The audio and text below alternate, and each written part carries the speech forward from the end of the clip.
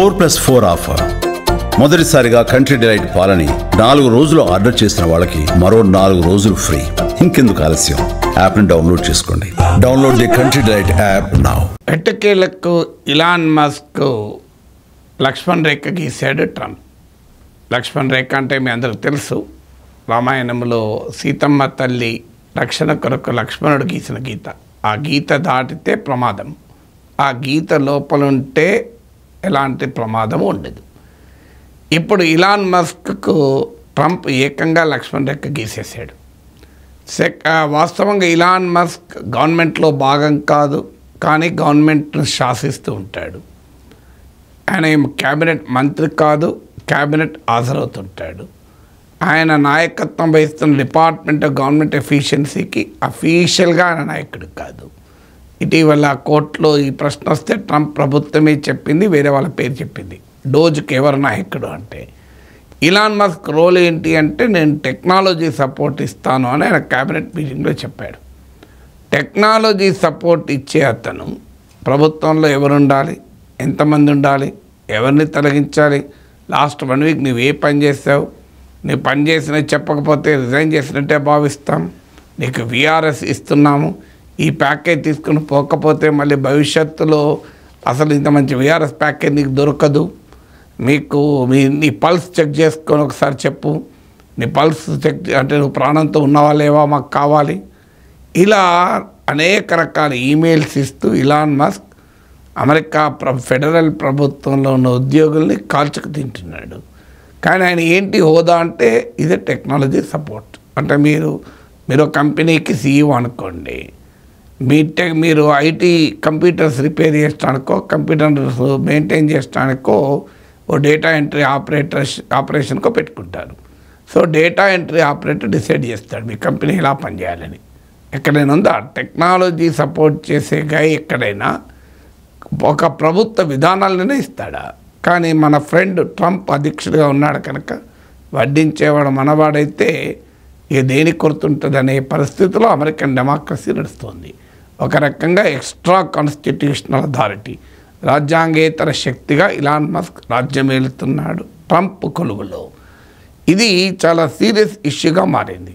ఏకంగా రిపబ్లికన్ పార్టీలో చర్చ జరిగింది, ప్రజల్లో తీవ్ర వ్యతిరేకత మొదలైంది, ఉద్యోగుల నుంచి ప్రొటెస్ట్ మొదలైంది, సీనియర్ ఆఫీసర్స్ రిజైన్ చేశారు, మేము అసలు ఈ పని చేయమని. ఈవెన్ డోజ్లోని ఆఫీసర్ రిజైన్ చేశారు. ఉద్యోగుల్లో ఈ నిరసనే కాదు, ఈవెన్ ట్రంప్ అడ్మినిస్ట్రేషన్లో టాప్ అఫీషియల్స్ కూడా అసలు మీ డోజ్ ఇలాన్ మస్క్ ఈమెయిల్లను పట్టించుకోకండి తమ ఉద్యోగులకు ఆదేశాలు ఇచ్చారు. నేషనల్ ఇంటెలిజెన్స్ ఏదైనా తులసి గబాడ్ అదే చేశారు. Federal bureau of investigation FBI ఏదైనా క్యాష్ పటేల్ అదే చేశారు. పెంటగాన్ కూడా మీకు అసలు ఇలాన్ మస్క్ రిప్లై చేయాల్సిన అవసరమే లేదని చెప్పేశారు. అంటే ఇలాన్ మస్క్ ఆఖరికి రక్షణ శాఖను ఇంటెలిజెన్స్ శాఖను కూడా వదిలే అసలు టెక్నాలజీ సేవలు అందించే వ్యక్తికి అధికారం ఇస్తే ఎలా ఉంటుందో దానికి ఇదే ఉదాహరణ.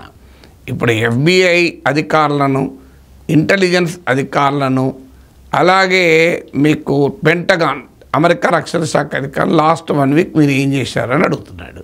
అంటే వాళ్ళు రాయాలా, మేము ఉక్రెయిన్ జెలెన్స్కీకి వ్యతిరేకంగా ఈ కార్యకలాపాలు చేసాం, చైనాకు వ్యతిరేకంగా ఈ కార్యకలాపాలు చేసాం, మేము ఇంకో పలానా క్రిమినల్ పట్టుకోవటానికి మేము ఇంకో 1 and 2 వీళ్ళ గురించి రైతాన్ని FBI రాస్తుందా?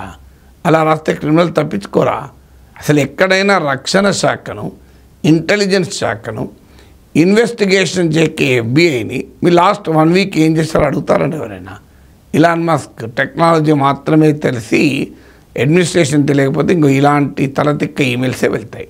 ఇలాన్ మస్క్ ఇలాంటి ఈమెయిల్సే పంపడం మొదలుపెట్టాడు. దాంతో కొంతమంది అధికారులు తిరగబడడం మొదలుపెట్టారు. సెనేట్ హౌస్ లీడర్ ఓపెన్గానే అభ్యంతరం చెప్పాడు, ఇదేం న్యూసెన్స్ అని. దీంతో ఇప్పుడు ట్రంపే కాస్త వెనక్కు తగ్గాడు. ఇప్పుడు సెకండ్ క్యాబినెట్ మీటింగ్కి ఇలాన్ మస్క్ హాజరైతే క్లియర్గా మస్క్ సమక్షంలోనే ట్రంప్ క్లియర్గా క్లారిఫికేషన్ ఇచ్చాడు. ఏంటి? ఫైనల్ డిసిషన్ సెక్రటరీలదే, ఫైనల్ డిసిషన్ ఆయా డిపార్ట్మెంట్ల హెడ్స్దే. ఇలాన్ మస్క్ ఏమైనా ఫెసిలిటేట్ చేస్తాడు, అడ్వైస్ చేస్తాడు. ఎవరిని ఉంచుకోవాలి, ఎవరిని తొలగించాలి, ఎంతమందిని ఉద్యోగంలో పెట్టుకోవాలి, ఎంతమంది ఉద్యోగం తీసేయాలి, హైరింగ్ ఫైరింగ్ పాలసీ డిసిషన్స్ అన్నీ కూడా ఆయా డిపార్ట్మెంట్ల హెడ్సే తీసుకుంటారు. ఎందుకంటే competent people, efficient people, productivity ఉన్న పీపుల్ కూడా వదులుకోవద్దు కదా. ఎవరు ఎఫిషియెంట్, ఎవరు కాంపిటెంట్, ఎవరు ప్రొడక్టివ్ ఆ డిపార్ట్మెంట్ హెడ్స్కి తెలుస్తుంది తప్ప మస్క్కి తెలియదు కదా. ఇలాన్ మస్క్ అబ్జర్వ్ చేస్తూ ఉంటాడు, అడ్వైజ్ చేస్తుంటాడు తప్ప ultimate decision is not with Elon Musk, it is with the heads of department అని క్లియర్గా ట్రంప్ ఆదేశాలు ఇచ్చాడు.